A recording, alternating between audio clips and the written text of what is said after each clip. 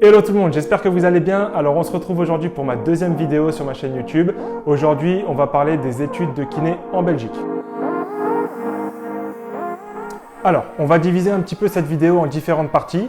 Dans la première partie, je vais refaire un petit point, même si j'en ai parlé dans ma première vidéo que je vous invite à aller voir où je me présente tout simplement. On va reparler un petit peu de pourquoi j'ai décidé de venir faire mes études en Belgique. Dans la deuxième partie de cette vidéo, on parlera du choix qui s'offre à nous quand on vient faire ses études de kiné en Belgique, à savoir haute école ou université. Et on parlera un petit peu de démarches à faire pour rentrer dans l'école, ce qu'il faut prévoir à l'avance, etc. Dans la troisième partie de cette vidéo, on parlera vraiment des études en général. Les 4 années d'études en Belgique, comment est-ce que ça se passe au niveau des stages, au niveau du système d'examen et de cotation, et aussi tout simplement la vie en Belgique, parce que il faut savoir qu'à Liège, la vie est plutôt festive et que je vous parlerai un petit peu de mon expérience à ce niveau-là. Dans la quatrième partie de cette vidéo, on parlera simplement des démarches à faire pour obtenir l'équivalence du diplôme et pouvoir retourner bosser en France.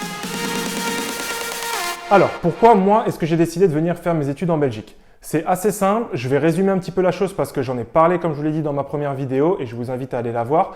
Mais moi, j'ai fait une licence TAPS après mon bac scientifique en France et à la fin de ma licence TAPS, j'avais 2 options qui s'offraient à moi. La première était de faire mes études en France ou, même si j'ai pensé après, aller faire mes études à l'étranger et notamment en Belgique. Pourquoi est-ce que j'ai décidé de ne pas faire mes études en France? Simplement parce qu'avec ma licence TAPS, je pouvais rentrer directement en première année de kiné dans une école. Et à la fin de la première année, il y avait un concours entre tous ceux qui venaient de STAPS et de parapharmacie. Et malheureusement, ils gardaient les meilleurs. Donc, un STAPS et un de parapharmacie. Donc, c'était compliqué. Surtout que moi, avec le sport de haut niveau, j'étais pas l'étudiant qui brillait avec 18 de moyenne. J'ai toujours validé à 10, 11, 12 de moyenne. Donc, c'était prendre trop de risques. Du coup, la deuxième option qui s'est offerte à moi, c'était tout simplement de venir faire mes études en Belgique grâce à mon papa qui a la nationalité belge. Donc, pour moi, ça a été assez simple. J'ai eu la double nationalité très vite. J'ai juste eu à faire un petit peu d'administratif pour obtenir ma carte d'identité belge. Et puis ensuite, c'était fait.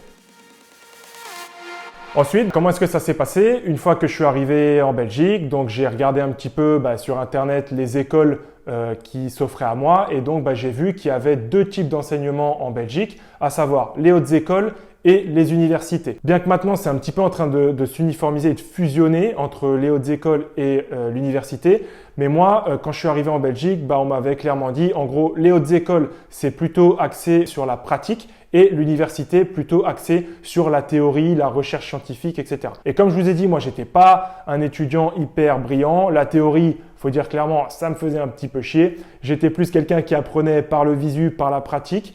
Et mon choix s'est très vite orienté vers la haute école. Donc de là, avec le sport, je me suis assuré quand même que j'avais un club de hockey ici à Liège. Et la haute école, donc c'est ce qu'on appelle la haute école de la province de Liège.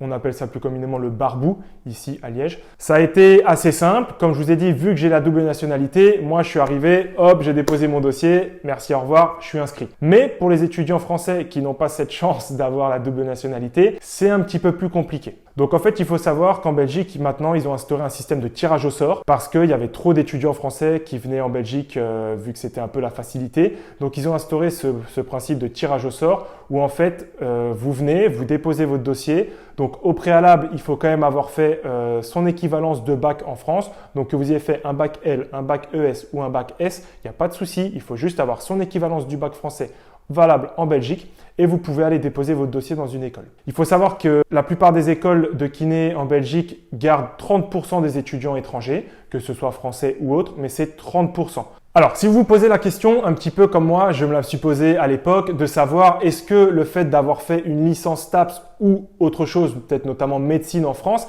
est-ce que ça vous donnait l'opportunité de rentrer directement en deuxième année de kiné? Alors, il y avait ça il y a un temps, mais maintenant, il faut savoir que tous les étudiants français, il n'y a plus du tout d'équivalence. C'est-à-dire que vous pouvez avoir comme moi une licence TAPS, vous ne rentrerez pas en deuxième année ou en troisième année dans l'école de kiné. Vous êtes obligé de commencer en première année, malheureusement. Alors, il y a quand même un petit truc qui est sympa, c'est que vous avez la possibilité, sous preuve, d'avoir des dispenses dans certains cours. Alors, bien entendu, on s'entend bien, En STAPS, si on prend l'exemple de l'anatomie, l'anatomie de STAPS, on voit uniquement, moi je me rappelle, j'avais vu ceinture scapulaire et ceinture pelvienne. C'est très très léger, donc il ne faut pas vous attendre à avoir une dispense en anatomie. Par contre, je sais que moi j'avais eu quelques dispenses sur des cours du style méthodologie du sport, didactique et des choses comme ça. C'est des petits cours de 2 heures ou 3 heures où vous avez la possibilité, de par vos études et la licence STAPS, d'avoir une dispense. Et donc en gros, pour faire simple, si vous êtes étudiant français, quoi que vous ayez fait comme études en France, il n'y a plus de possibilité de rentrer en deuxième année de kiné. Ça, c'est terminé, ça n'existe plus.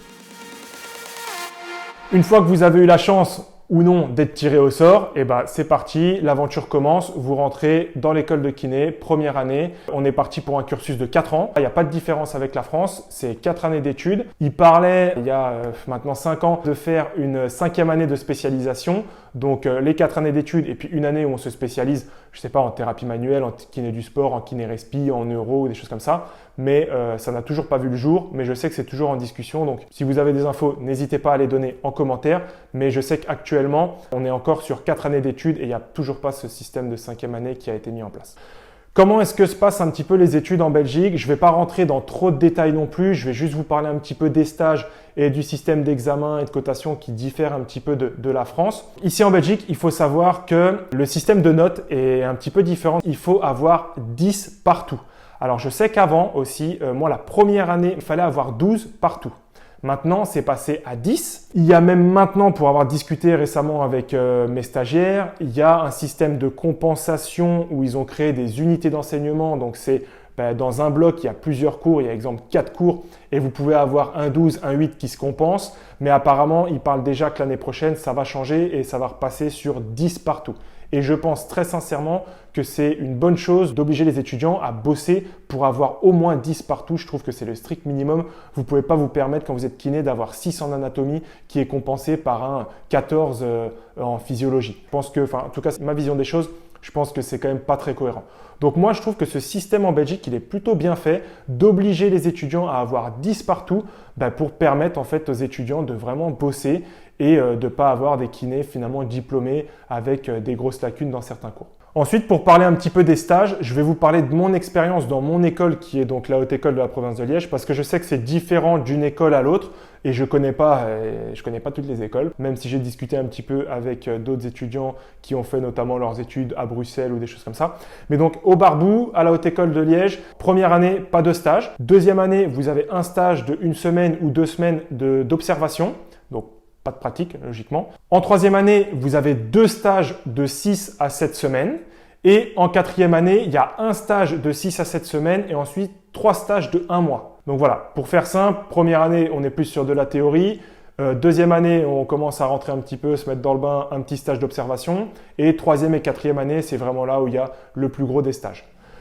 Vous allez toucher un petit peu à tout, donc vous allez faire des stages en gériatrie, en pédiatrie, en neuro, en respi, dans des services physio, chez des indépendants, enfin voilà. Vraiment, les études essayent de vous offrir un panel et une variété au niveau des stages pour que vous puissiez avoir une idée un petit peu sur tout et puis par la suite, vous décidez de vous spécialiser. Moi, par exemple, la neuro, la pédia et tout ça, c'était pas trop mon truc. Même en stage, je sentais que j'étais pas forcément à l'aise. Puis j'avais aussi en tête de me lancer directement dans la kiné du sport. Donc voilà, moi j'ai fait un stage, je me rappelle dans un service de physio un peu sportive et tout ça, c'était vraiment cool. Et puis 1 ou 2 stages chez des indépendants qui bossaient vraiment avec des sportifs. Enfin, je me suis directement rendu compte que c'était ça que je voulais faire. À travers mes stages, ça m'a vraiment aidé à m'orienter et me dire, ok, moi je veux me spécialiser dans le sport. Je n'ai pas envie de faire de neuro, j'ai pas envie de faire de respi, de pédia, etc. Ensuite, au niveau des examens. Donc ça, vous allez avoir 2 sessions d'examen chaque année. Une en janvier après les vacances de Noël. Donc malheureusement, pas de chance pour vous, les vacances de Noël sont faites pour étudier et pas forcément pour faire la fête. Et ensuite, il y a une session fin mai, début juin, juste avant les vacances d'été. Ces 2 sessions-là, c'est, on va dire, vos premières sessions. Et vous avez la possibilité d'avoir un rattrapage, ce qu'ils appellent la deuxième cesse en Belgique. Donc la deuxième cesse, c'est quoi? C'est fin août, début septembre, juste avant la rentrée. Et vous repassez les examens que vous avez ratés. Exemple, vous avez réussi 18 examens sur 22, vous avez eu 4 échecs parce que vous avez eu 3 9 et un 6, et vous repassez ces 4 examens-là et il faut que vous ayez vos 10 pour pouvoir rentrer en deuxième année, sinon vous retapez et vous recommencez votre première année. Comme je le disais, c'est vraiment assez simple comme système de cotation, donc c'est 10 partout, 2 sessions d'examen, une troisième qui sert de rattrapage. Et voilà. Il y a aussi du coup, en parlant des examens, il y a un petit truc aussi qui diffère en France, c'est qu'en Belgique, on va avoir ce qu'on appelle le blocus. Le blocus, c'est quoi? C'est 2 semaines de vacances où on est en bloc, où on est chez soi, on charbonne, on bosse dur pour réussir ses examens. Je sais qu'il n'y a pas ça en France. Moi, par exemple, quand j'étais en STAPS, je me rappelle que les examens étaient avant les vacances de décembre et avant les vacances d'été. Du coup, c'était un peu plus relax parce que tu faisais tes examens et puis ensuite, tu pouvais aller faire la fête pour les fêtes de fin d'année.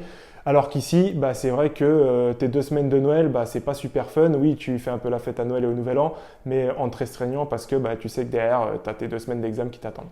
Donc, une fois que vous avez fait vos 4 années d'études, il y a une petite cérémonie bien sympathique qu'il n'y a pas aussi en France. C'est aussi une différence avec la France. Il y a la fameuse cérémonie un peu comme à l'américaine où on vient vous remettre votre diplôme avec votre petit chapeau, votre petite toge là où je ne sais pas comment ça s'appelle.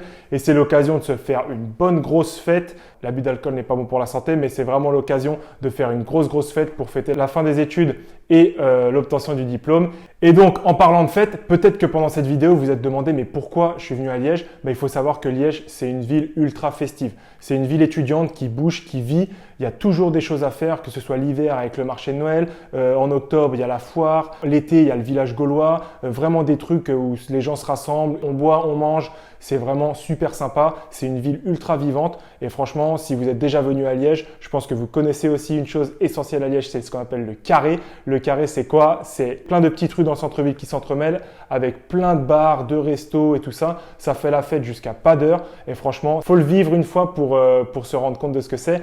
Mais moi, j'ai plein de potes qui sont venus me voir pendant mes études et même encore maintenant qui viennent passer des week-ends à Liège. Et le carré, c'est juste la référence en termes de sortie. Bon, je sais, là, je suis un petit peu en train de me mettre les Bruxellois à dos, sûrement, mais faut dire une chose, c'est que voilà, pour avoir fait la fête à Bruxelles, avoir fait la fête à Liège, Liège, c'est vraiment autre chose. Mais ceci dit, je vais quand même être gentil avec Bruxelles, il y a quand même de quoi faire la fête aussi, c'est vraiment sympa.